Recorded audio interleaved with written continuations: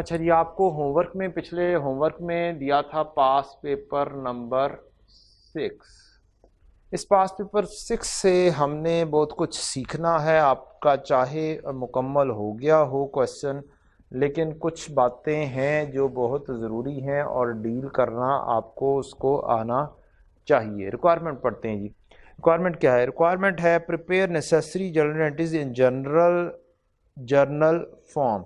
अगर आपको journal form ना भी लिखा हो तो भी आपको जर्नल फॉर्म में ही जर्नल एंट्रीज पास करना चाहिए। Prepare a bank reconciliation as at 31 August 2003। क्या आपको रिक्वायर्ड किया गया है कैश बुक भी बनाओ? तो ऐसा इस क्वेश्चन के अंदर ऐसा नहीं है। दो रिक्वायरमेंट्स दी गई। आप कह सकते हैं एक पेज के ऊपर आप लेफ्ट पेज पे बना लेंगे जर्नल का फॉर्मेट,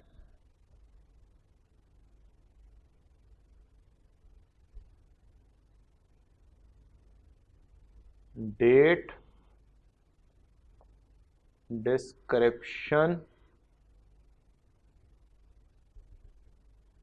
डेबिट, क्रेडिट, रुपीस में।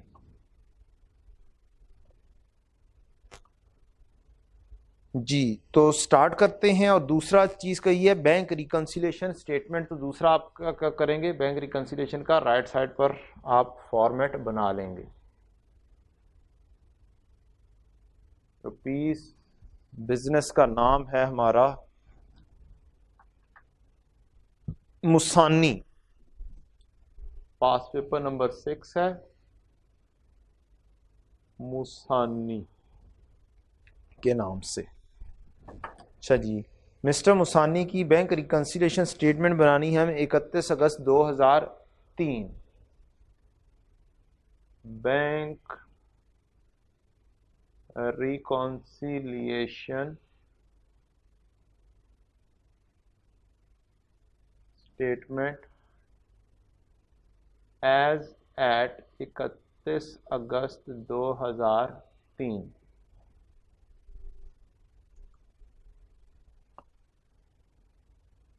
जी, बैलेंस एज ये हमने लिख लिया। अब अगला काम हमारा है कि हम इसके अंदर पूरा फॉर्मेट बना दें। बैलेंस एज पर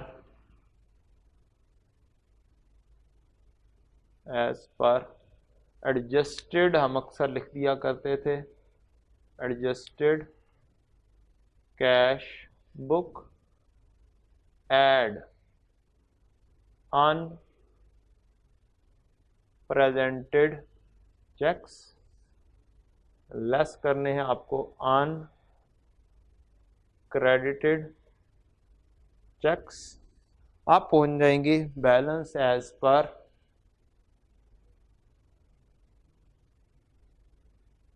बैंक स्टेटमेंट।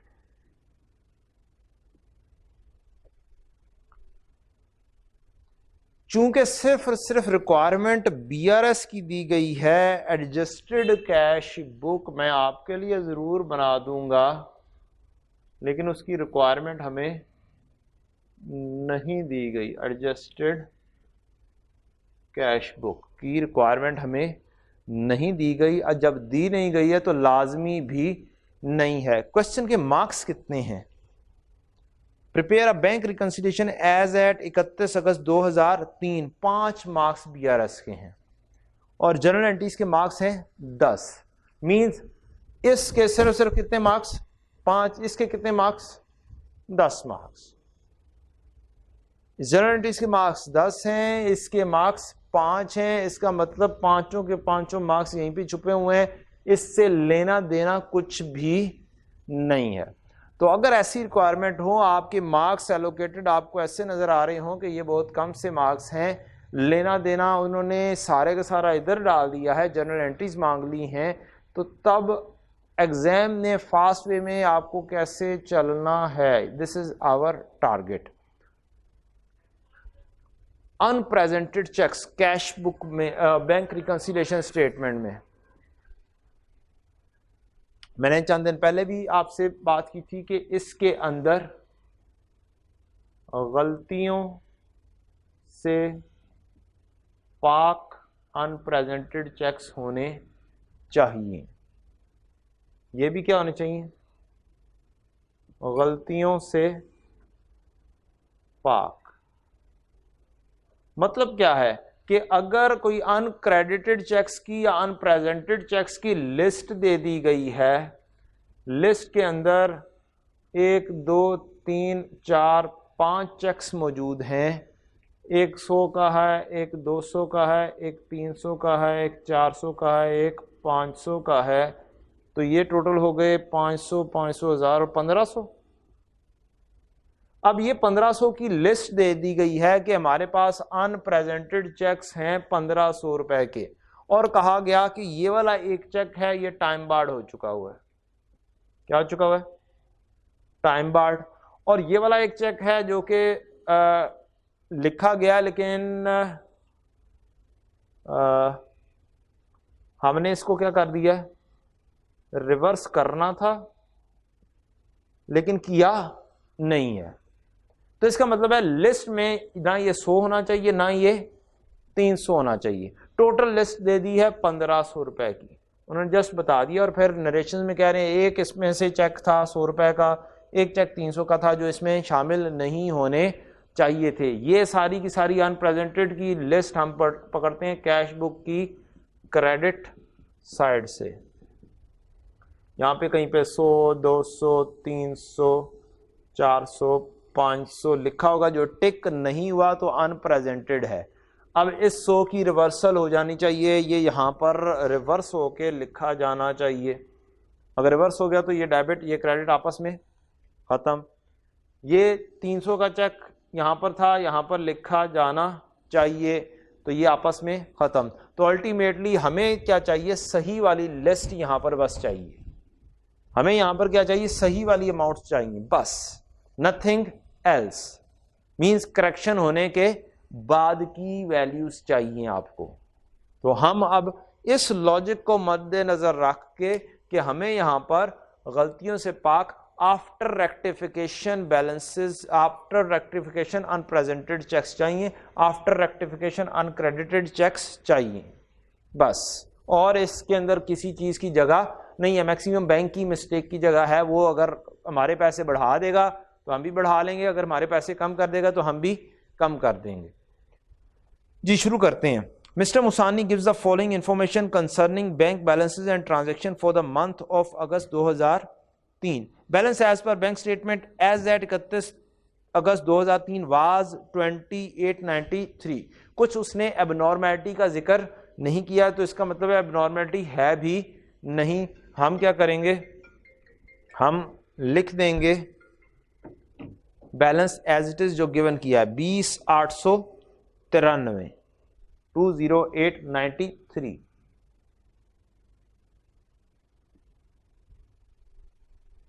पेपर में बड़े फास्ट वे में परफॉर्म करने का तरीकाकार सबसे पहला ये है कि एक जो रिक्वायरमेंट है उसको फॉर्मेट बना दो, इधर भी फॉर्मेट, जो सी चीज जहां पर मिलती है रेलेवेंट उसको उसकी प्लेस के ऊपर लिख दो। जी तो पहली चीज, the following advices accompanied the bank statement. नीचे दी गई बैंक स्टेटमेंट की एडवाइसेस हैं। अ debit advice for 300 for issue of cheque book.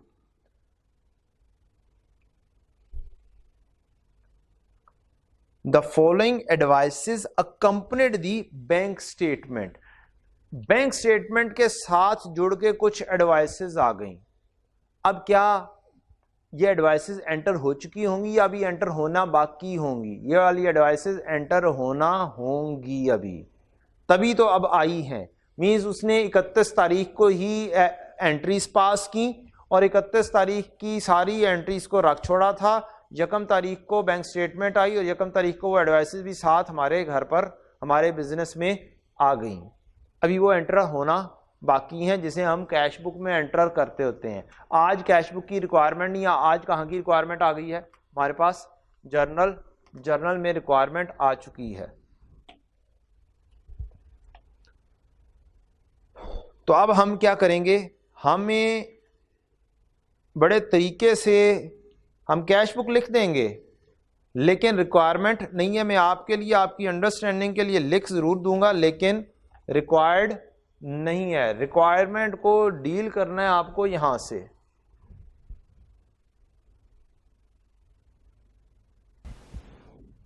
तो पहली जर्नल एंट्री अब आ जाएगी, debit advice for 300 for issue of cheque book.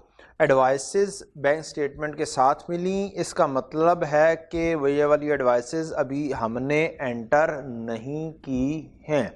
तो जो सी एंट्रीज हम यहाँ पर किया करते थे उसकी रिक्वायरमेंट हमें कहाँ पर दे दिया उसने, जर्नल एंट्रीज में दे दी। हर वो एंट्री जो कैश बुक में जानी है, हर वो एंट्री जो कैश बुक में करते हैं उसकी अब क्या होनी है, जर्नल एंट्री। ये रिक्वायरमेंट आई है आपको। कैश बुक की रिक्वायरमेंट उसने हज़फ कर दी है, नहीं दी है। तो उसमें हम फास्टेस्ट वे में डील करेंगे इस लॉजिक को जहन में रखते हुए। मींस के जो करेक्शन हो गई है उसके बाद वाली चीजें यहां पर जानी। चलें जी। तो debit advice for 300 for issue of cheque book, bank charges debit और बैंक क्रेडिट, यहां पर आपकी ये एंट्री आ जानी चाहिए। बैंक चार्जेस डेबिट और बैंक क्रेडिट 300 से किस तारीख को होगी, this is the important thing.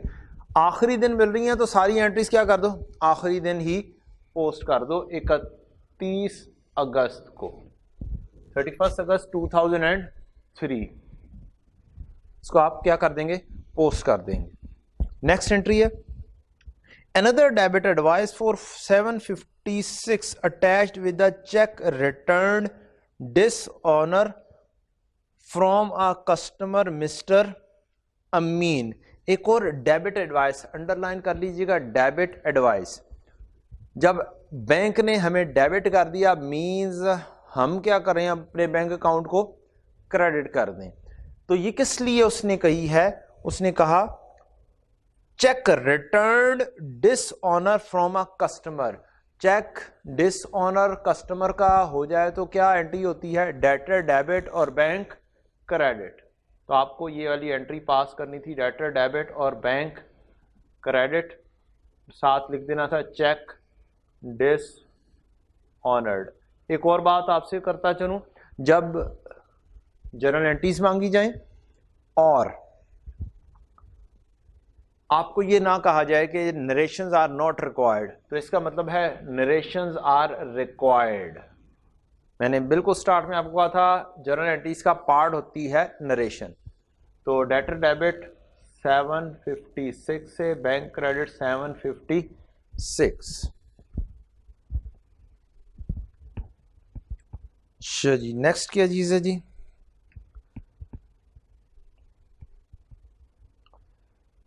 Credit advice. आपको मैंने एक बात कही है, जब भी डेबिट या क्रेडिट का वर्ड आए तो आपने उसको क्या करना है, अंडरलाइन करना है। क्रेडिट एडवाइस मींस बैंक ने हमें क्रेडिट किया। नेट ऑफ 585, नेट का मतलब नेट करके, being profit for August on his term deposit certificate less 10% with holding tax. Bank दो तरीके से एंट्रीज करता है प्रॉफिट की। जब आपको प्रॉफिट देता है तो दो तरीके से एंट्रीज कर सकता है। ये आपकी आ गई बैंक स्टेटमेंट और ये भी आपकी आ गई बैंक स्टेटमेंट। दो अल्टरनेटिव्स डिस्कस करने लगा हूं। बैंक ने आपका पैसा बढ़ाना है, फर्ज कर लेते हैं एक अमाउंट में अज्यूम करता हूं, उसके हिसाब से आपको समझाऊंगा। फर्ज कर लेते हैं बैंक ने पैसे हमें दिए 650 रुपए। कितने, 650 रुपए एज आ टैक्स, तो एज आ इनकम। तो हमारे पैसे बढ़ा दिए 650 रुपए। हमारे पैसे क्या कर दिए, 650 रुपए ग्रॉस के साथ बढ़ा दिए। और अब 10% टैक्स काट लिया, तो 10% टैक्स दूसरी साइड पर करेगा कि 10% इसका क्या बनता है, 65 बनता है। क्या बनता है, 65 बनता है। ये उसने कह दिया विद होल्डिंग टैक्स काट लिया है। तो नेट हमें पैसे आ गए 585। 5। अब नेट पैसे आ गए 585। अब एंट्री कैसे होनी चाहिए? अब अगर ये वाली एंट्री हो, बैंक ने पैसे हमारे बढ़ाए, तो हम क्या एंट्री पास करेंगे? बैंक डेबिट और इनकम, जो इन्वेस्टमेंट इनकम या इंटरेस्ट इनकम, क्रेडिट 650 से। दूसरी साइड पर एंट्री इसकी होनी है, तो टैक्स एक्सपेंस डेबिट और बैंक क्रेडिट 65 से। इसकी नेट एंट्री भी बन सकती है अगर हम सोचें तो। बैंक क्रेडिट हो रहा है 65 से, बैंक डेबिट हो रहा है 650 से, तो इन दोनों को क्या कर दो? नेट कर दो। तो नेट करके 650 में से डेबिट में से क्रेडिट लेस होता है। डेबिट में से क्रेडिट क्या होता है जी? लेस होता है। तो आपका बैंक आ जाएगा नेट अमाउंट के साथ 650 माइनस 65 585 से। इनकम आपकी हमेशा ग्रॉस पर जानी चाहिए 650 से। और आपका एक्सपेंस एक आ जाएगा टैक्स का एक्सपेंस, टैक्स आपका आ जाएगा टैक्स एक्सपेंस 65 का। तो ये आपकी एंट्री क्या हो जानी चाहिए? बैलेंस्ड। एक तरीकाकार ये है बैंक पैसे भेजे। तो दूसरा तरीकाकार, बैंक ने ही क्या कर दिया? आपको 585 भेजे। क्या भेजे? नेट करके बैंक ने कहा इंटरेस्ट नेट ऑफ 10% टैक्स। अब आपको नेट देख के एंट्री पूरी प्रॉपर पास करनी है, जो कि क्या बनेगी? ये वाली। Now how will you do? आपके पास बैंक क्या हो गया है? डेबिट हो गया 585 से। आपने कहा अच्छा है, लेकिन अब मसला यहां पर आएगा, how to calculate tax expense, कैसे कैलकुलेट किया जाए, और इनकम कैसे कैलकुलेट की जाए, ग्रॉस अप कैसे किया जाए। This is a problem. ये बड़ी आसानी से सॉल्व हो जाएगी प्रॉब्लम आपकी। एक फार्मूला आप लिखें ग्रॉस अप करने का। ग्रॉस अप करने का, गिवन अमाउंट पहले भी शायद डिस्कस हो चुका हुआ है, डिवाइडेड बाय गिवन अमाउंट की परसेंटेज। नहीं, ये वाला फार्मूला शायद डिस्कस आपसे नहीं हुआ। तो आप क्या करेंगे? गिवन अमाउंट, ये नेट अमाउंट है। ये क्या है? नेट अमाउंट कितनी? 585। आप 585 लिखेंगे। गिवन अमाउंट की परसेंटेज, क्या इसमें से 10% लेस हो चुके हुए हैं? इसमें से 10% लेस हो चुके हुए हैं। तो अगर 100% में से 10% लेस हो जाए तो ये वाली अमाउंट कितने को रिप्रेजेंट कर रही होगी? 90% को। कितने को? 90% को। तो आप 1 में से 0.1 माइनस कर दें तो ये आपकी 0.9 आ जाएगा। 90% को 585 डिवाइड बाय 0.9 करेंगे तो आपके पास 650 रुपए आ जाएंगे। इस फार्मूले के जरिए आप कैलकुलेट करेंगे और इनकम बनाएंगे 650 से। दोनों का डिफरेंस लेंगे तो क्या आ जाएगा? 65 आ जाएगा। या फिर दोनों का डिफरेंस ना लें, ये ग्रॉस अप हो चुका है, 650 का 10% निकाल लें तो भी 65 आ जाएगा। तो अब आपकी ये एंट्री फिर बनी।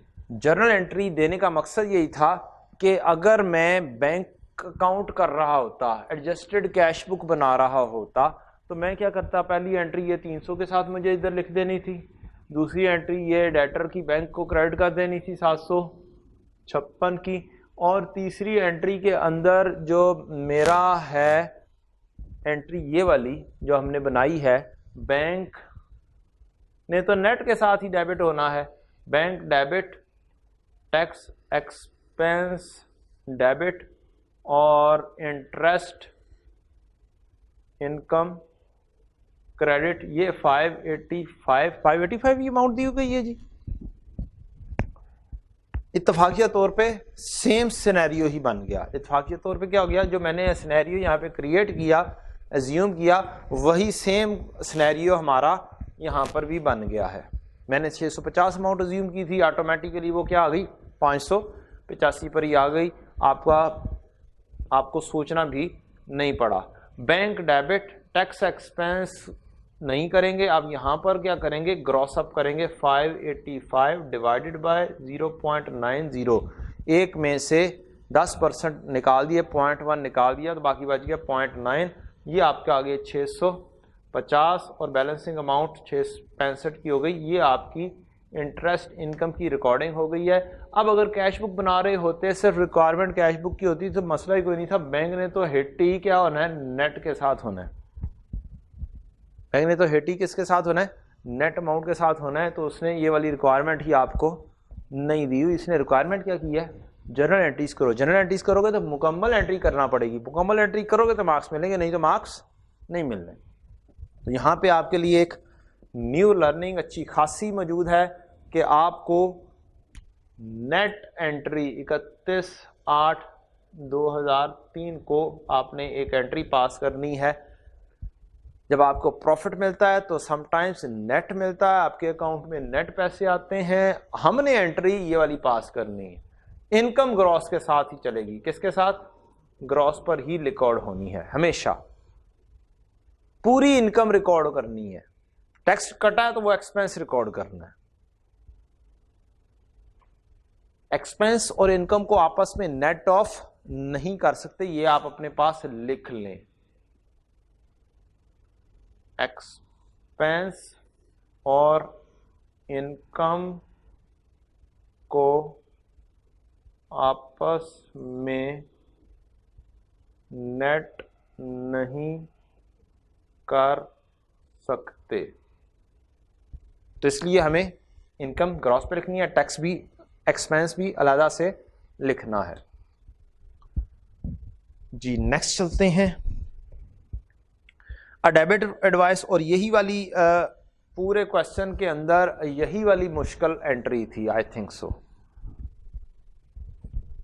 जी। नेक्स्ट चलते हैं जी, adjustment number 4, a debit advice of 150 being collection charges for an outstation cheque. This did not pertains to मुसानीज account and was issued on account of an error by the bank. एक debit advice है, bank ने 150 रुपए के पैसे हमारे कम कर दिए हैं, तो क्या हम भी अपने पैसे कम कर लें अपनी बुक्स में? ऐसा नहीं है। बैंक की मिस्टेक कभी भी अपने अकाउंट के अंदर, अपनी जर्नल एंट्रीज में, अपने लेजर में डील नहीं करनी है। गौर से पढ़ना है, दोबारा से पढ़ें। बैंक की क्या है, ये मिस्टेक है। A debit advice for 150 being collection charges for an outstation cheque, this did not pertain to मुसानीज अकाउंट। ये मुसानी के अकाउंट से परटेन नहीं करती, उससे रिलेट नहीं करती। And was issued on account of an error by the bank. उसने लिख भी दिया, ये किसकी वजह से? बैंक के एरर की वजह से है। क्या हमारे पैसे कम किए बढ़ाए? पता चलेगा डेबिट एडवाइस और क्रेडिट एडवाइस। कौन सी एडवाइस है? Debit advice. डेबिट जब बैंक करता है तो हमारे पैसे क्या कर देता है? कम कर देता है। ये जब तक याद नहीं रखेंगे बात नहीं बनेगी। बैंक ने पैसे हमारे कम कर दिए एज अ मिस्टेक, तो हम इसको डील करेंगे बीआरएस में, लेस कर लेंगे हम, लेस बैंक की मिस्टेक, जो कि आपकी एडजस्टमेंट नंबर 1 में चौथा पॉइंट है। उसने पैसे हमारे डेबिट एडवाइस के जरिए कम कर दिए, हम भी पैसे क्या कर लेते हैं? कम कर लेते हैं।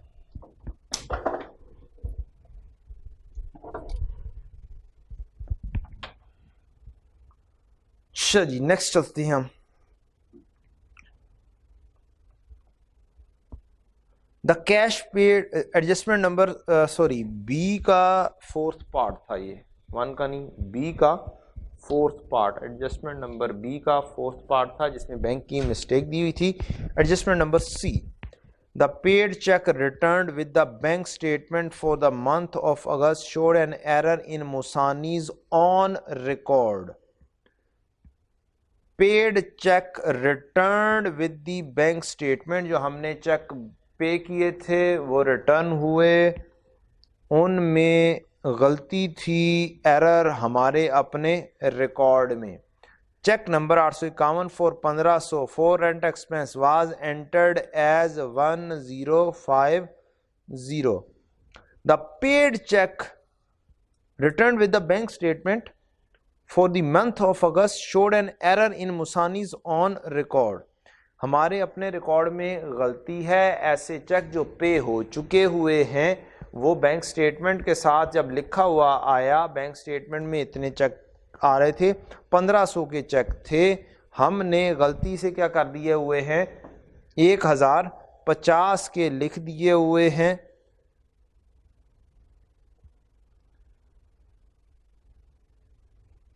तो इसको हम क्या कर लें, हमने कह सकते हैं हमने पेड चेक लिखने थे, यहाँ पर 1050 के लिखे गए हैं, लिखे जाने चाहिए थे 1500 के, कम लिखे गए, जो ज़्यादा लिखे गए, सॉरी 1500 के लिखे जाने चाहिए थे, हमने लिख दिए 1050 के, तो कम लिखे गए, मींस बैंक हमने कम क्रेडिट किया। तो अब हम मज़ीद कर देते हैं, एक्सपेंस हमने सही रिकॉर्ड नहीं किया, रेंट एक्सपेंस डेबिट और बैंक क्रेडिट 450 से वर्किंग करना ज़रूरी है। 1500 माइनस 1050 की मारी क्या हो जाएगी, वर्किंग, और ये भी एंट्री हम 31 अगस्त को कर देंगे।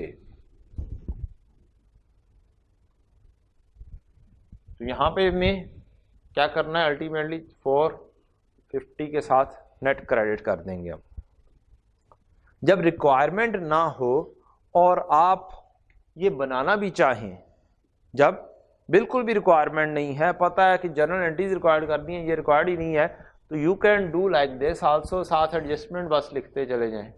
ये सी एडजस्टमेंट है, आई थिंक सो जी, सी एडजस्टमेंट है, तो पूरी ऊपर से भी आप एडजस्टमेंट नंबर लिख देंगे तो आपका गुजारा हो जाएगा। अच्छा जी, number D, collection of 30th and 31st August amounting to rupees 1087 and 588 respectively deposited on following days did not appear in the bank statement। Collection किसको कहते हैं, चेक आने को। कलेक्शन किसको कहते हैं, चेक आने को। कलेक्शन ऑफ 30 और 31 अमाउंट है 1087 और 588, डिपॉजिटेड ऑन फॉलोइंग डेज, अगले दिन जमा करवाए गए, मींस यकम को जमा करवाए गए। Did not appear in the bank statement, bank statement में नहीं आ रहे, हमारी कैश बुक में लिखे गए कलेक्शंस, कलेक्शंस हमारी साइड डेबिट नहीं आए बैंक स्टेटमेंट में, मींस बैंक स्टेटमेंट में क्रेडिट नहीं हुए, तो ये कौन से हो गए, अनक्रेडिटेड चेक्स। तो अनक्रेडिटेड चेक्स हमारे हैं दो अदद, 1087 और 588, 1087 और 588, 1087 एंड 588 दोनों अनक्रेडिटेड हैं, हम दोनों को क्या कर देंगे, लेस कर देंगे। नेक्स्ट चलते हैं जी, point number E, cheque outstanding. Outstanding का मतलब, हमने अल्टरनेटिव नेम्स पढ़ रखे हैं, अल्टरनेटिव नेम्स याद नहीं होंगे तो मुश्किल हो जाएगी। आउटस्टैंडिंग का मतलब अनप्रेजेंटेड है। आपके जो पेज नंबर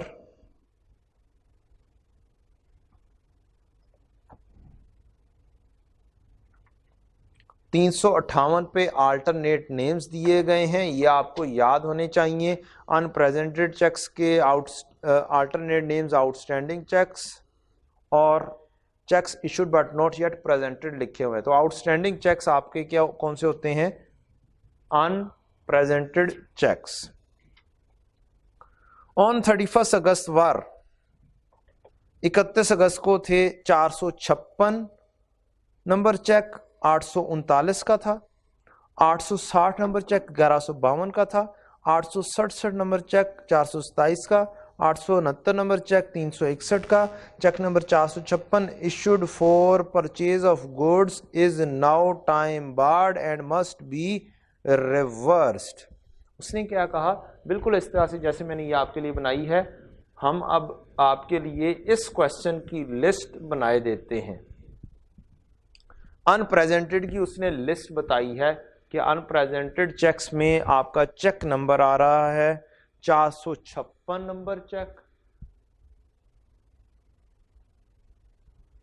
ये है 839 रुपए का। फिर 860 नंबर, ये है 1152 का। फिर 867 नंबर 867, ये है 427 रुपए का।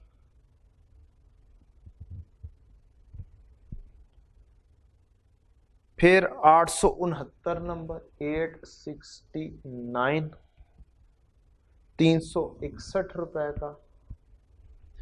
कहता है कि ये सारे हैं चेक, और कहता है ये जो चेक नंबर है ना पुराने वाला, ये सीरियल 860, 67, 69 एक जैसी है, ये जो पुराने वाला चेक है ना, ये टाइम बार्ड हो चुका हुआ है। क्या हो चुका हुआ है? टाइम बार्ड हो चुका हुआ है। हमने ये सारे चेक्स कैश बुक की क्रेडिट साइड पर लिखे होंगे, ये कोई 6 महीने पहले लिखा होगा और ये अब रिसेंटली लिखे होंगे। लेकिन चाहे वो 6 महीने पुराना था, अगर टिक नहीं हुआ तो अब हर महीने पिछले महीने की बीआरएस पहले सबसे पहले टिक की जाती है कि कौन सा चेक ऐसा है जो टिक हो रहा है। जैसे हमने पिछले लेक्चर में, उससे पिछले लेक्चर में पास पेपर नंबर 14, पास पेपर नंबर 15 किया, हमने टिकिंग की।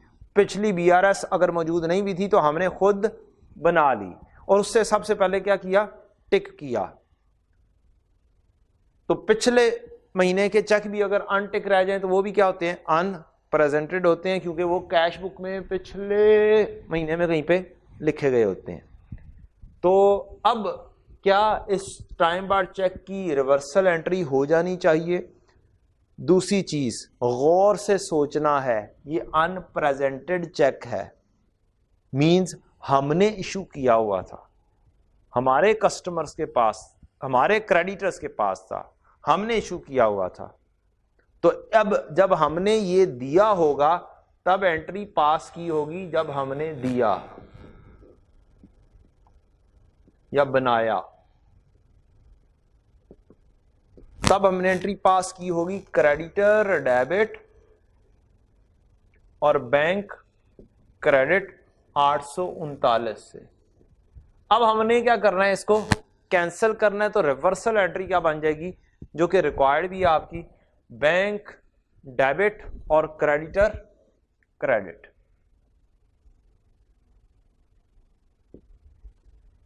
आठ 39। अब अगर मैंने इसकी एंट्री पास कर दी है, एक चेक जो मैंने लिखा था यहां पे क्रेडिट साइड पर किसी जमाने में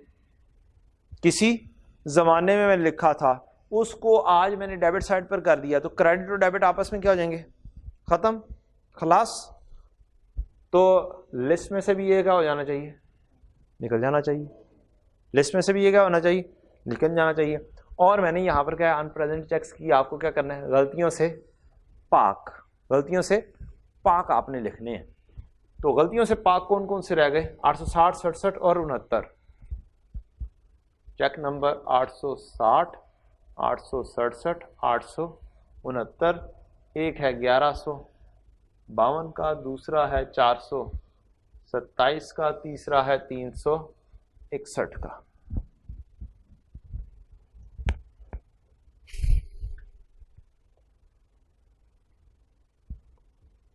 अच्छा जी, कहता है मिस्टर मुसानीज on record showed the following position of transaction में। कहता है अगस्त 1 को बैलेंस 19,342 था, मंथ की रिसीट 14,442 आई, मंथ की पेमेंट 12,924 आई। तो बनाओ आगे।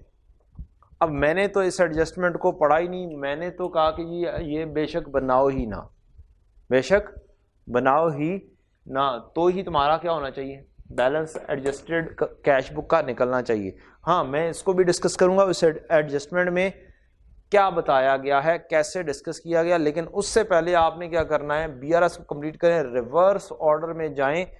20,893 बैंक स्टेटमेंट का बैलेंस, जो सी चीज़ें लेस हो रही हैं उसे क्या करेंगे, ऐड, और जो सी चीज़ें ऐड हो रही हैं उसे क्या करेंगे, लेस करेंगे, तो आपका कैश बुक का बैलेंस आ जाएगा।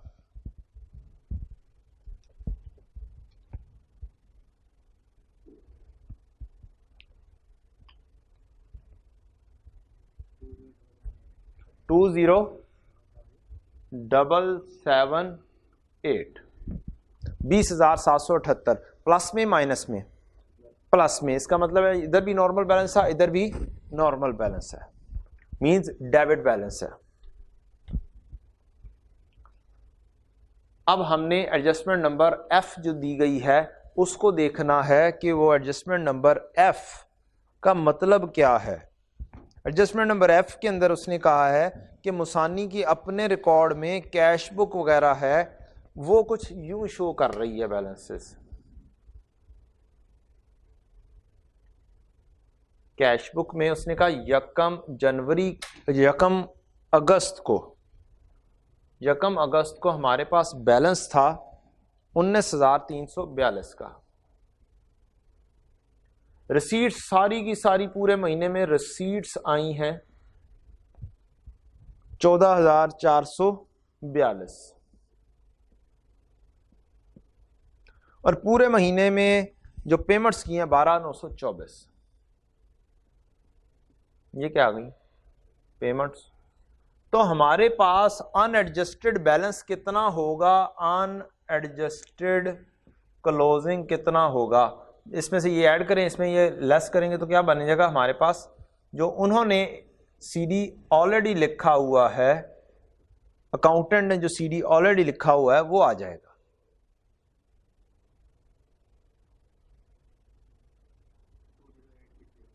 $20860। अब अगर हम देखें कि यहां पर अनएडजस्टेड बैलेंस आना चाहिए था 20860। इधर से एंट्रीज जो की हैं वो हम चेक कर लेते हैं। सारी हमने एंट्रीज इधर रफली लिख दी हैं या नहीं लिखी। बैंक क्रेडिट 300 का ये लिख दिया, डेटर डेबिट बैंक क्रेडिट 756 लिख दिया, 585 बैंक डेबिट लिख दिया, रेंट एक्सपेंस बैंक क्रेडिट 450 लिख लिया, बैंक डेबिट 839 का ये आ गया। अब अगर बैलेंस बनाएं तो क्या बनता है, एडजस्टेड क्लोजिंग।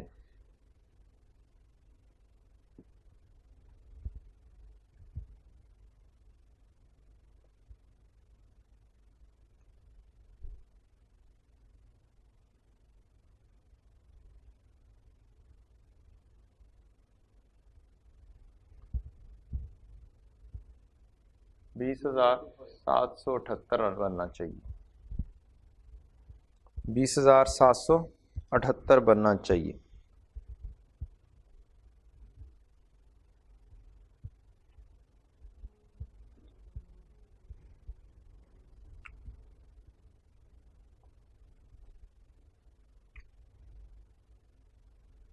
और ये हमारा इससे मैच हो गया।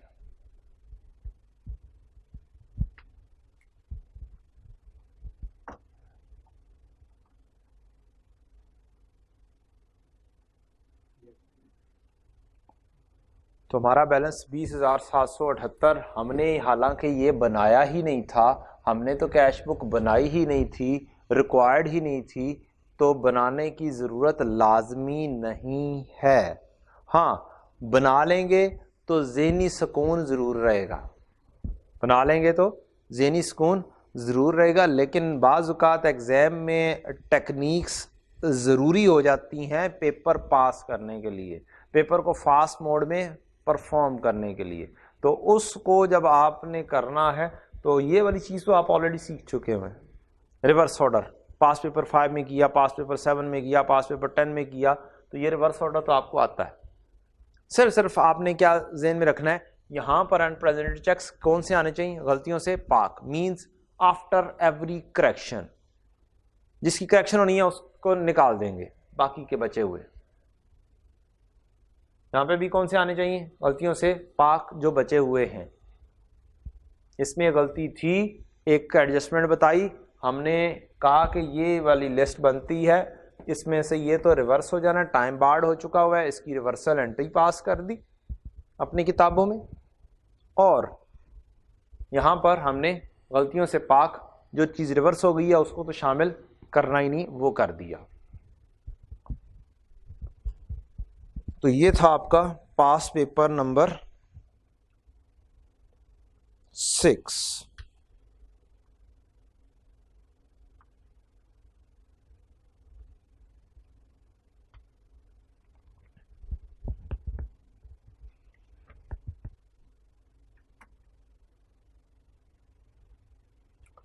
पास paper number 9 I think so discuss हो चुका हुआ है।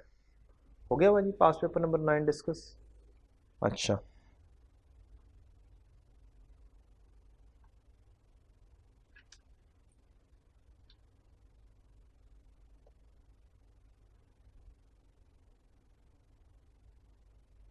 Yes already discussed. Pass paper number 9 discuss हो चुका हुआ है। पास पेपर नंबर 10 आपको दिया था, होमवर्क में था आपके पास, 10 भी डिस्कस हो चुका हुआ थे।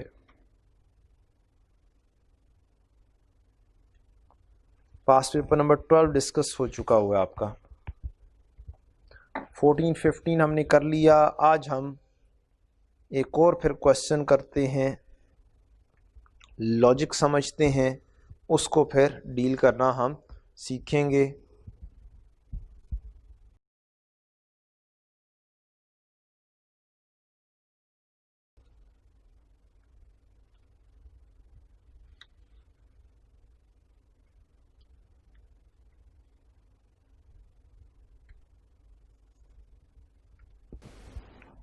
जी तो बच्चों, अब हम 2 केसेस परफॉर्म कर चुके हुए हैं। पहला केस था जिसमें हमें कैश बुक और बैंक स्टेटमेंट करंट मंथ की ही दी होती थी, हम टिकिंग करते थे और बीआरएस करंट मंथ की बना लेते थे, करंट मंथ के एंड की। एंड पर हमें कुछ चीज़ें बच जाती थी, वो क्या होती थी, अनप्रेजेंटेड चेक्स और अनक्रेडिटेड चेक्स। उसके अंदर 2 केसेस हमने डील किए। एक केस था जिसमें कैश बुक का बीडी बैंक स्टेटमेंट के बीडी से मैच था, बिल्कुल आसान, प्रैक्टिस क्वेश्चन 1 प्रैक्टिस क्वेश्चन 2 जो हमने किया था। उसके बाद हमने देखा था केस 2 जिसमें कैश बुक का बीडी बैंक स्टेटमेंट के बीडी से आपस में मैच नहीं करता था। इसका मतलब पिछले महीने कोई बीआरएस बनी होगी, पिछले महीने के क्लोजिंग में कुछ डिफरेंसेस अनप्रेजेंटेड के और अनक्रेडिटेड के डिफरेंसेस कोई होंगे। तो उस केस में हमें पिछले महीने की बीआरएस चाहिए थी, जिससे देखकर हमने सबसे पहले टिकिंग की थी, जैसे पास पेपर नंबर 14, पास पेपर नंबर 15 हमने किया। पास पेपर नंबर 14, 15, एक के अंदर बीआरएस हमें पिछले महीने की दे दी थी, एक में बननी हमें खुद बनानी पड़ी थी। पास पेपर नंबर 15 जो हमने क्लास में किया था उसमें हमें खुद बनानी पड़ी थी पास पेपर नंबर 15 की। अब केस है जब हम चेक लिखते हैं, से हमने 28, 29, 30 तारीख को चेक लिखे और वो बैंक में प्रेजेंट नहीं हुए, तो प्रेजेंट कब होंगे? 1, 2, 3, 4, 5 अगले महीने की। कब होंगे? 1, 2, 3, 4, 5 अगले महीने से। तो 1, 2, 3, 4, 5 अगले महीने से मैच होंगे। तो अगर हमें इस महीने की दे दी जाए कैश बुक और अगले महीने की दे दी जाए बैंक स्टेटमेंट, तो वो आपस में जो चीज़ें आपस में मैच हो रही होंगी वो वाली चीज़ें होंगी जो अनप्रेजेंटेड होंगे और अनक्रेडिटेड होंगे। तो इस केस के अंदर क्या होगा, हमें मैच करना होगा जो सी चीज़ें पहले थी, जो चीज़ें मैच नहीं होती थी, करंट को करंट से मुकाबला कर रहे थे, हम पैरेलल लेकर चल रहे थे। इस केस में क्या था, कैश बुक और बैंक स्टेटमेंट पैरेलल थी, एक ही महीने की, ये भी जून था तो ये भी जून था। जो अनटिक्ड रह जाते थे वो होते थे जो कैश बुक में अनटिक्ड टिक जो रह जाते थे वो आपके अनप्रेजेंटेड या अनक्रेडिटेड होते थे।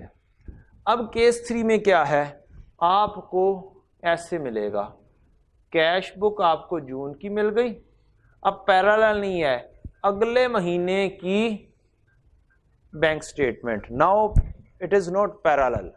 यहां पे जून की थी, जून की नहीं दी, उसने कौन सी दे दी बैंक स्टेटमेंट, जुलाई की दे दी।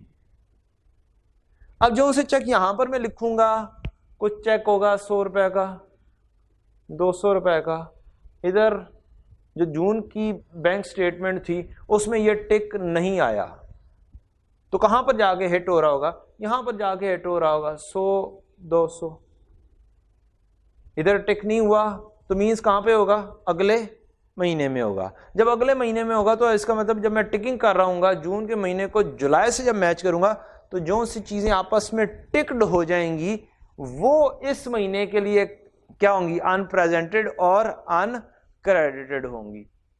तो इस केस के अंदर जो आपस में टिक हो जाएंगी वो अनप्रेजेंटेड और अनक्रेडिटेड होंगी। तो ये था सिनेरियो, जिस सिनेरियो को मैंने आपको डील कर दिया कि कैश बुक दी होगी और अगले महीने की बैंक स्टेटमेंट होगी, तो अपनी चीज को आपस में मैच करना होगा, जो सी मैच हो गई वो डील हो जाएगी जी। पास पेपर नंबर 16 है, उसका रा फॉर्म में डाटा मैंने लिख दिया है, रा फॉर्म में डाटा मैंने लिख दिया है। तो अब ये बताएं, ये कैश बुक है जून की, ये है बैंक स्टेटमेंट जुलाई की, पिछले महीने का क्लोजिंग इस महीने का ओपनिंग होगा। इसका मतलब जो पिछले महीने की बैंक स्टेटमेंट का क्लोजिंग था, जून के महीने के क्लोजिंग, वो 3810 था।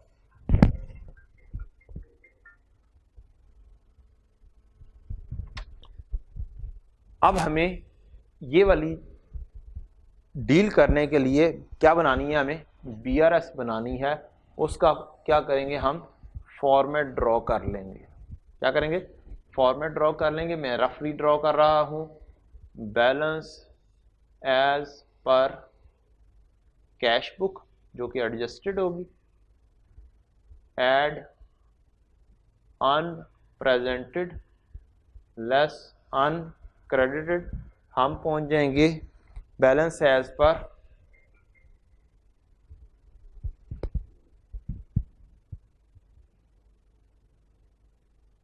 Bank statement.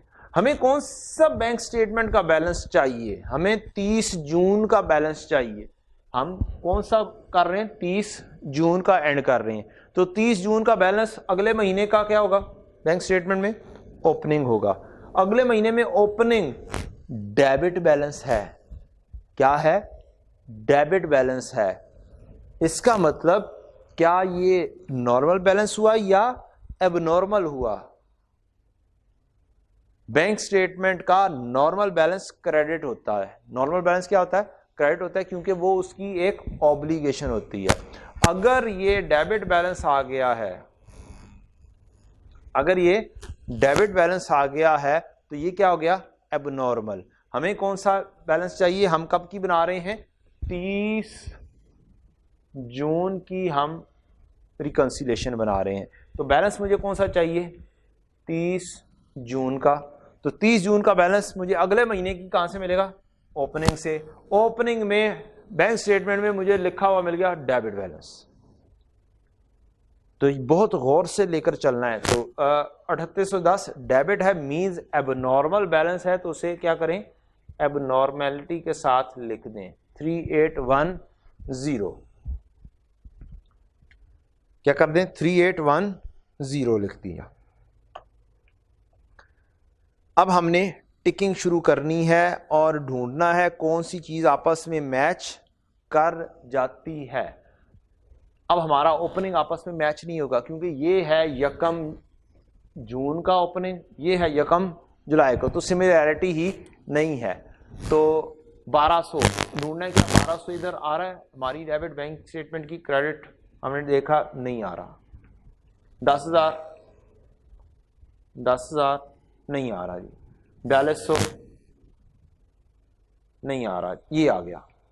देखना ये पड़ेगा क्या ये 4200 और ये 4200 सेम बंदे का है। 4200 हमारे पास फारूक नगर, देखना ये पड़ेगा ये सेम बंदे का है या नहीं है, फारूक नगर का है। और ये किसका है, 4200 भी फारूक नगर का, इसका मतलब ये सेम है, फारूक का है। इधर भी और इधर भी फारूक का आ गया। तो इसका मतलब हमारी डेबिट बैंक स्टेटमेंट की क्रेडिट, तो ये अगले महीने में टिक हो रहा है। जैसे ये मैंने कहा था अगले महीने में अगर जाकर टिक हो रहा होगा तो इसका मतलब ये क्या हो जाएगा, अनक्रेडिटेड। इस महीने में टिक नहीं हो सका, जून के महीने में टिक बैंक स्टेटमेंट में नहीं हो सका, तो अगले महीने में जाके होगा, तो फिर ये क्या हो जाएगा, अनक्रेडिटेड। आप इसको अनक्रेडिटेड लिख लेंगे। 13,000 मिल रहा है, देखना पड़ेगा कि किस बंदे का है। क्या ये 13,000 हाजी बिलाल, और दूसरी साइड पर भी हाजी बिलाल जी, हाजी साहब का है जी, हाजी बिलाल। और इधर कौन सा है ये 13,000 हाजी बिलाल, ये भी टिक हो गया। इसका मतलब है ये भी क्या है, अनक्रेडिटेड है। तो दो हमें मिल गए हैं जो टिक होते हुए अनक्रेडिटेड हमारे पास आ गए हैं। किसके एंड पर, जून के एंड पर। किसके एंड पर, जून तक टिक नहीं हुए, तभी अगले महीने में जाकर टिक हो रहे हैं। ठीक है, ये एक डिफरेंट केस है, सिर्फ एक दफा टेस्ट हुआ है, कभी भी दोबारा से टेस्ट हो सकता है। आपके पास इसकी बस एक दो एग्जांपल्स होंगी, एक जो क्वेश्चन मैंने क्लास में करवा दिया, एक आधा कोई टेस्ट के अंदर आ जाएगा आपको, तो इसके ऊपर अच्छी सी तवज्जो देनी है आपने। अच्छा जी, तो नेक्स्ट चलते हैं हम। अच्छा 3,000 ये 3,000 देखते हैं ये सेम है या नहीं है। ये अली का था और ये 3,000 रजा का है। ये अली का था और ये रजा का है, लिहाजा ये वाला टिक नहीं होता। आई कैप बहुत सियाना है, अमाउंट सेम रख दी उसने, अमाउंट सेम रख दी। आपने सही जज भी कर लिया कि ये जून और जुलाई का है, आपने यहाँ पे जजमेंट सही नहीं की तो काम गड़बड़ हो जाएगा। हमने अपनी डेबिट साइड 1800 रह गया, 1800, ये 1800 भी टिक हो रहा है। 1800 देखना पड़ेगा सेम बंदे का है या नहीं है। 1800 हमारा था हबीबा का और उधर 1800 भी हबीबा का है, तो ये भी आपका अनक्रेडिटेड मिल गया आपको। हबीबा, हबीबा अच्छा जी, हबीबा, तो ये भी क्या हो गया जी, अनक्रेडिटेड मिल गया। 30 जून के एंड पर ये अनक्रेडिटेड है। आगे बढ़ेंगे, अपनी क्रेडिट साइड को टिक करेंगे। 2000 हमारी क्रेडिट बैंक स्टेटमेंट की डेबिट, 2000 नहीं, 4000 नहीं, 11,900 नहीं, 5300 नहीं, 1200 नहीं, 2500 नहीं, 3800 नहीं, 1100, ओ 1100 मिल रहा है, 1100 और ये 1100 देखना होगा सेम बंदे के हैं या नहीं है। 1100 उबैद रजा और उधर भी उबैद रजा, दोनों साइडों पे मैच हो रहा है। ये उबैद है तो इसका मतलब ये अनप्रेजेंटेड हो गया, ये हमें मिल गया। उबैद रजा, उबैद, ये और ये आपस में मैच हो गए। जून तक यहां पर चेक लिखे हुए थे 200, इधर सॉरी, इधर क्रेडिट किए हुए थे बैंक स्टेटमेंट डेबिट में नहीं आए थे, लिहाजा अब क्या होगा, अगले महीने में जाके आ रही हैं, तो इसका मतलब ये सेम चेक अनप्रेजेंटेड हैं 1100 के। 690 नहीं, 70,000 तो ये सीधी है। अब हमें एडजस्टमेंट्स पढ़नी पड़ेंगी। एडजस्टमेंट में हो सकता है कुछ और कहानी भी इनके बारे में डिस्कशन की हो, पहले बगैर कहानी डिस्कशन किए हमने चीज़ें कुछ ढूंढ ली हैं। अब एडजस्टमेंट्स पढ़ते हैं जी। Mister Azad has extracted the following information from the records, नीचे दिए गए रिकॉर्ड जो रिकॉर्ड से उससे उसको मुख्तलिफ चीज़ें पता चली। Cheque receive from Mister Ali and deposited in bank on June 29 was dishonoured. The cheque was returned by the bank in the month of जुलाई।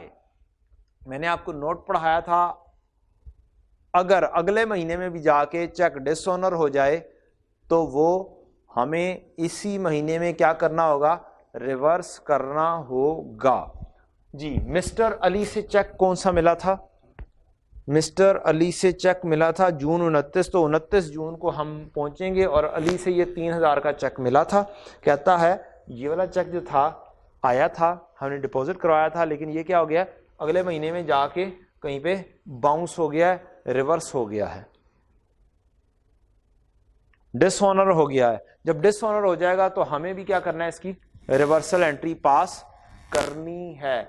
ऐसी एडजस्टमेंट जिसका फौरी तौर पे पता चल जाए उसको फौरी तौर पर डील भी कर देना चाहिए। इस 3,000 को आपने क्या करना है, क्वेश्चन पेपर पर से काट देना है, ठीक, और इसकी रिवर्सल आपको एंट्री पास कर देनी है एडजस्टेड कैश बुक में।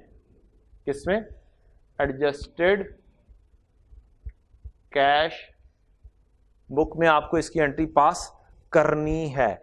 कैसे एंट्री पास करेंगे, यहाँ पे हमने बैंक डेबिट और डेटर अली क्रेडिट किया था, इसकी एंट्री रिवर्स कर देंगे, दूसरी साइड पर आप लिख देंगे। एडजस्टेड कैश बुक में डेबिट क्रेडिट साइड पर 3,000 की एंट्री आ गई और आपने लिख दिया debtor Ali, debtor Ali debit, bank credit. चलिए, हमारे पास अनएडजस्टेड बैलेंस 7710 था, हम वो भी लिख देते हैं 7710 अनएडजस्टेड बैलेंस। इसको पढ़ेंगे कैसे, क्रेडिट डेबिट बैलेंस पढ़ेंगे, तो हमने उधर डेबिट साइड पर लिख दिया। अच्छा जी, आगे बढ़ते हैं। Dividend income of 690 is received in bank on June 30, 2010। अब हमारे पास जून का डाटा बैंक स्टेटमेंट का अवेलेबल नहीं है, जैसे मैंने ये कहा था पैरेलल डाटा अवेलेबल नहीं है, तो रिलेटेड एंट्रीज कोई हैं जो नहीं पास की हुई हमने, तो उसको वो नरेशन में एडजस्टमेंट्स में बता रहा है कि बैंक स्टेटमेंट में 29 को डिविडेंड इनकम आई थी, आपने एंट्री पास नहीं की हुई। हम जरूर यहां से वेरीफाई जरूर करेंगे, लिखा हुआ dividend income of 690 is received in bank on June 30, 2010। हम देखेंगे यार 600, ओ यार 690 तो आ रहा है, एग्जामिनर बहुत सियाना है, ये 690 किसका है ये देखना पड़ेगा। हमने एंट्री पास की हुई है 690, अमाउंट से दूर से देखोगे 690, यार ये तो एंट्री पास की हुई है, तो लेकिन ये तो इशू है, ये 690 तो बैंक चार्जेस के हैं, उसने सामने लिखा हुआ है बैंक चार्जेस, किसके हैं ये, बैंक चार्जेस। एडजस्टमेंट पड़ी, अमाउंट देखी 690, 690 से डॉज खा गया, ऐसा काम नहीं है, गौर से पढ़ना है। डिविडेंड इनकम ऑफ 690 मींस हमारी कौन सी साइड पर आनी चाहिए थी, इधर आनी चाहिए थी, अमाउंट्स के पीछे नहीं भागना। स्टूडेंट अक्सर अमाउंट के पीछे भागता है, लॉजिक की तरफ नहीं जाता, तो 690 इधर आना चाहिए था। एंट्री क्या होनी चाहिए थी, bank debit dividend income credit, नहीं की हुई तभी यहां पर नहीं आई। हमने जून 29 में, जून 30 में देखा नहीं एंट्री आई, एंट्री पास कर दो, bank debit dividend income credit 690।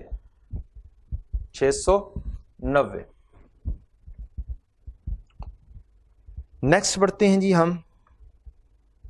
A check of 5,300 received on June 10 from Mr. Zulfikar was recorded on the credit side of the cash book. Oh, ਤੁਹਾਡੀ ਖੈਰ। Check of 5300 received on June 10 from Zulfikar was recorded on the credit side of the cash book. Credit side पे देखा, ओ 5300, बंदा था जुल्फिकार, बंदा था ये क्या, जुल्फिकार,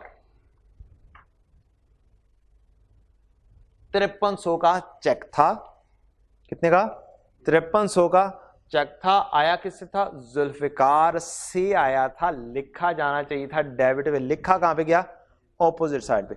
अब करना क्या है, क्वेश्चन पेपर के ऊपर आपको ये 5300 यहां से काटना है और यहां पर लिखना है।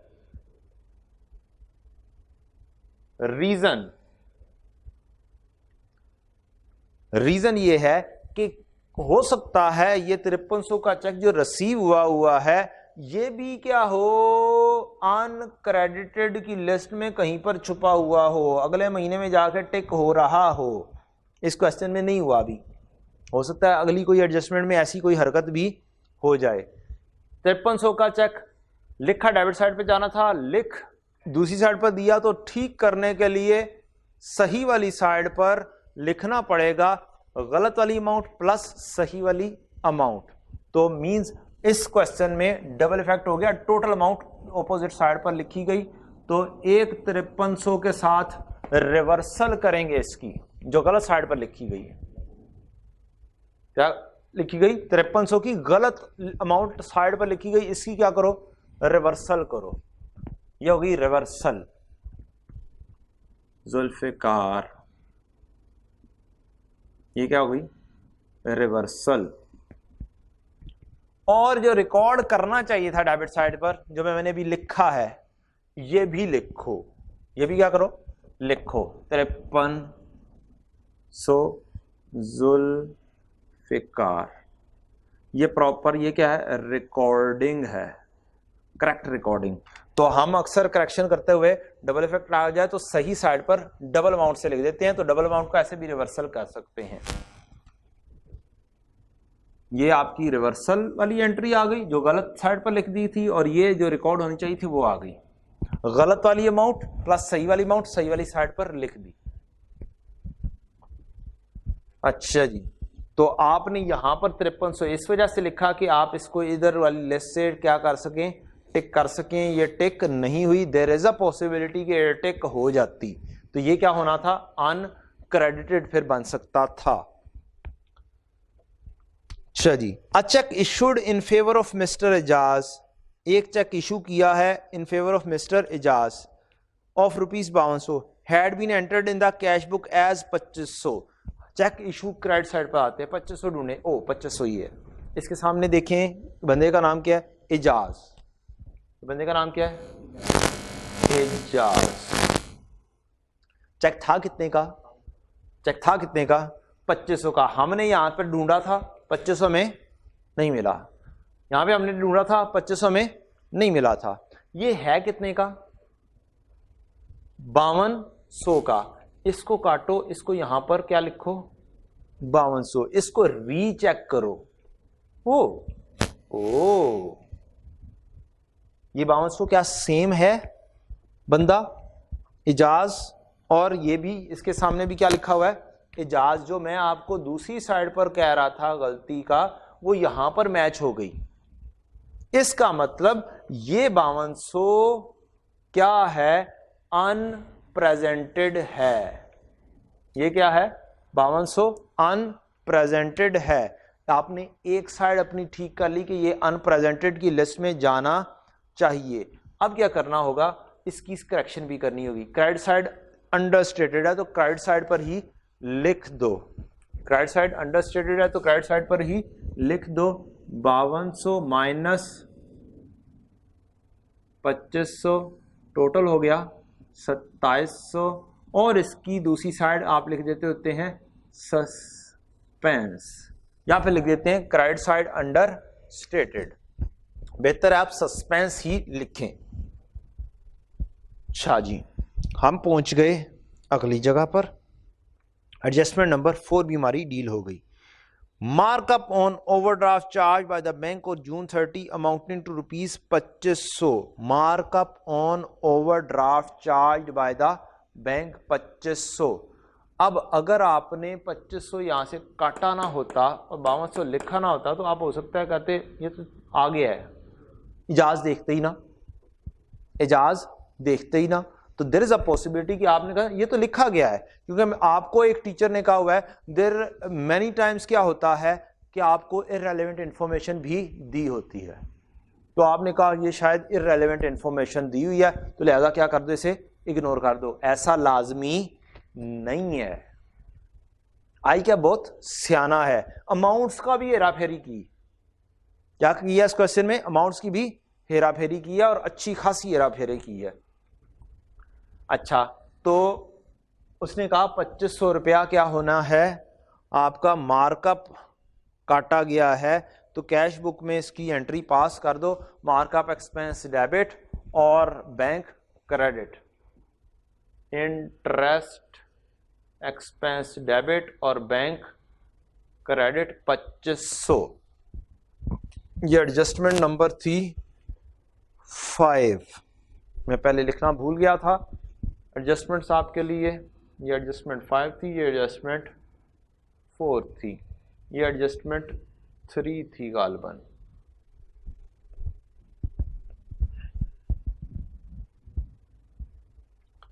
अच्छा जी, adjustment number 6, petty cash payment to Mister Khizar, underline कीजिएगा कैश पेमेंट। पेटी कहते हैं छोटे मोटे खर्चों को, हम ऑलरेडी डिस्कस कर चुके हैं पेटी का वर्ड, छोटे मोटे खर्चे, petty cash payments to Mister Khizar was recorded in the cash book. Cash book का मतलब कैश का बैंक कॉलम, पेटी कैश की पेमेंट थी कितने की, अब ढूंढनी पड़ेगी ऊपर, खिजर ऊपर जाके ढूंढे, खिजर नामी जगह पर कहां पर 1200 रुपया के सामने खिजर लिखा हुआ आ रहा है, इसके सामने क्या आ रहा है, खिजर। कहता है खिजर को जो पेमेंट हुई थी 1200 की, ये एक्चुअली बैंक की नहीं थी, ये क्या थी, कैश की पेमेंट थी, गलती से किस में लिखी गई, कैश बुक में, मींस बैंक के अंदर लिखी गई, गलत क्रेडिट हो गया, क्या कर दो, रिवर्स कर दो, क्या कर दो, रिवर्स कर दो डेबिट साइड पर। बड़ा आसान सा रूल है रेक्टिफिकेशन का, अगर गलत लिखा गया उसे क्या कर दो, रिवर्स कर दो। 1200 बैंक क्या हो जाएगा, डेबिट, और कैश की पेमेंट थी, कैश हो जाएगा क्रेडिट। आखिरी adjustment, standing order payment charge by the bank on June 30 amounting to ₹3110। हमारे पास तो डाटा ही नहीं है, तो हमें डाटा वो क्या कर रहा है, नरेशन में बता रहा है कि कैश बुक का कुछ डाटा है जो आपको नहीं पता, हमें पता है, हम आपको बता भी देते हैं। 3110 जून 30 की पेमेंट थी, कोई हमने लिखी हुई है, नहीं लिखी हुई, ये पेमेंट थी स्टैंडिंग ऑर्डर पेमेंट, बैंक ने पेमेंट कर दी 3110 स्टैंडिंग ऑर्डर पेमेंट। अब नहीं पता किस चीज का है स्टैंडिंग ऑर्डर, तो बस स्टैंडिंग ऑर्डर की पेमेंट लिख दें। एडजस्टमेंट नंबर ये थी 6, ये आ गई आपकी एडजस्टमेंट नंबर 7। क्वेश्चन के अंदर चीजें लिखी खत्म हो गई, रिक्वायरमेंट में था एडजस्टेड कैश बुक, ये हमारी एडजस्टेड कैश बुक बन गई। रिक्वायरमेंट में था BRS, ये हमारी BRS का फॉर्मेट ड्रॉ हो चुका हुआ है। कैश बुक से हमने फाइंड कर लिया हुआ है कौन कौन से अनक्रेडिटेड हैं, कौन कौन से अनप्रेजेंटेड हैं, बस चुक के की करना है, उन्होंने लिखना है। हुन 4200 अनक्रेडिटेड, पहला 4200 अनक्रेडिटेड लेस कर देंगे हम, बंदे का नाम है फारूक। फिर अगली चीज हाजी बिलाल 13,000,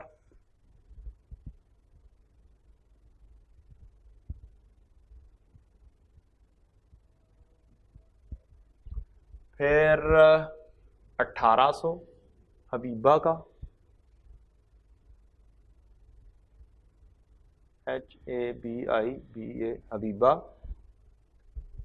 और फिर अनप्रेजेंटेड में 5200, हमने ना लिखा होता ना काटा होता तो हम सही क्वेश्चन पेपर पे लिख भी लिया होता अनप्रेजेंट, तो गलत अमाउंट उठा के लेके जा सकते थे, सही वाली अमाउंट भी लिख देनी है।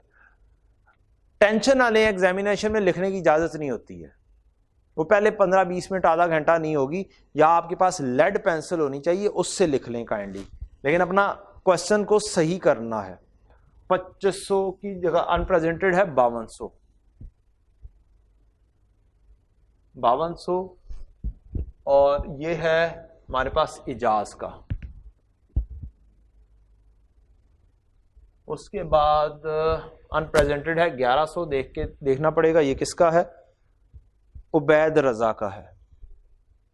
उबैद रजा, ये जो उबैद लिखा था हमने 1100 उबैद का है, 1100 उबैद।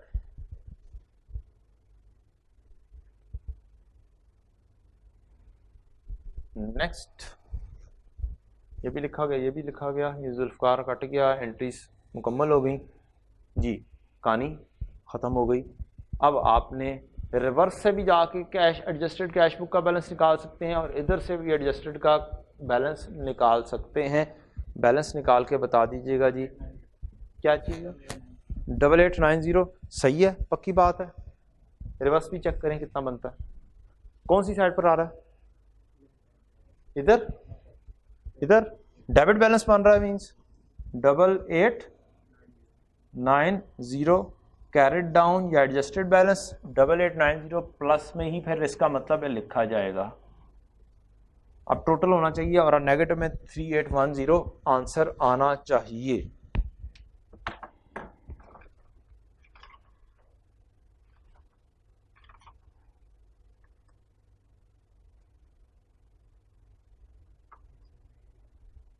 एग्जैक्टली क्या हो गया, मैच हो गया। अगर आप तरीके से चलेंगे तो बिल्कुल सही आंसर आएगा। मैं थोड़ी सी 1-2 मिनटों के अंदर इसको क्या करने लगा हूँ, रिपीट करने लगा हूँ।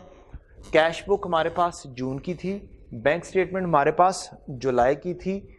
अगर आपको पैरेलल स्टेटमेंट्स मिलें तो फिर तो आपस में टिकिंग होगी और अनटिक्ड जो चीज़ें रह जाएंगी वो अनप्रेजेंटेड अनक्रेडिटेड होंगी, जैसे कि हमने पहले 2 केसेस में देखा। इस केस में पैरेलल नहीं मिलना, अगले महीने की मिलेगी, तो जो उनसी हमारे अनप्रेजेंटेड होंगे वो अगले महीने में टिक हो रहे होंगे। तो इस सूरत में जो टिक्ड अमाउंट होंगी वो आपस में वो इस महीने के एंड पर क्या होंगी, अनप्रेजेंटेड होंगी। इन बाकी का डाटा आपको गिवन किया गया होगा कि कौन कौन सी एंट्रीज होने वाली रहती हैं जून के पैरेलल बैंक स्टेटमेंट में से देख के। तो हमने टिकिंग करना शुरू की तो हमारे पास 2-3 एंट्रीज यहाँ पर मैच हो गई। हमने नाम देखे और वो सारे का सारा वेरिफिकेशन कर ली कि ये अनक्रेडिटेड है। फिर हमने अनप्रेजेंटेड को देखा, हमारे पास वो भी टिक हो गई। फिर हमने एडजस्टमेंट्स पढ़ना शुरू की तो कुछ और चीज़ें सामने आई कि ये 2500 का चेक 5200 का था, उसने पास इतना सा बताया। अब ये 5200 को फिर दोबारा से देखना पड़ेगा, यहाँ पर अनटिक वो टिक हो गया, तो इसका मतलब ये भी क्या था, अनप्रेजेंटेड था। इसी तरह से उबैद का 1100 का था, ये यहाँ से पहले से ही मैच हो गया था। फिर उसने डॉज दिए कुछ सेम अमाउंट्स के जरिए, 690 इधर भी लिखा हुआ था, कुछ 2500 लिखा हुआ था, तो उन डॉज से हमने इधर उधर अपने आप को परेशान नहीं होने देना है।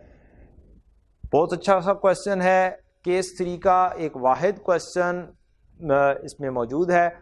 आपने ये वाला क्वेश्चन दोबारा से रिपीट करना है होमवर्क में, पास पेपर नंबर 6 दोबारा से रिपीट करना है। और इसके अलावा आपका होमवर्क है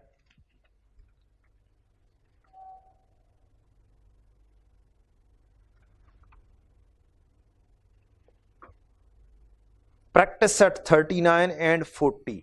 प्रैक्टिस सेट का 39 एंड 40 मैं होमवर्क लिख देता हूं आपके लिए। लेक्चर नंबर हमारा है आज कितना, 29, BRS का 9। होमवर्क में आपका आएगा जो पास पेपर नंबर 6 हमने क्लास में किया, जो पास पेपर नंबर 16 हमने क्लास में किया, यही दोनों होमवर्क में हैं। इसके अलावा प्रैक्टिस क्वेश्चन है 38, 39 एंड 40। डेली का काम काइंडली डेली करना है ताकि आप एक सेम पैटर्न पर जब हम मिलें तो सेम लेवल पर हों। डेली का काम डेली करने से बर्डन नहीं पड़ेगा, ज़्यादा ओवर बर्डन नहीं होंगे तो प्रेशर नहीं आएगा और सुकून से पढ़ते रहेंगे। अपना बहुत ख्याल रखिएगा। अस्सलामु अलैकुम वरहमतुल्लाहि वबरकातुहू।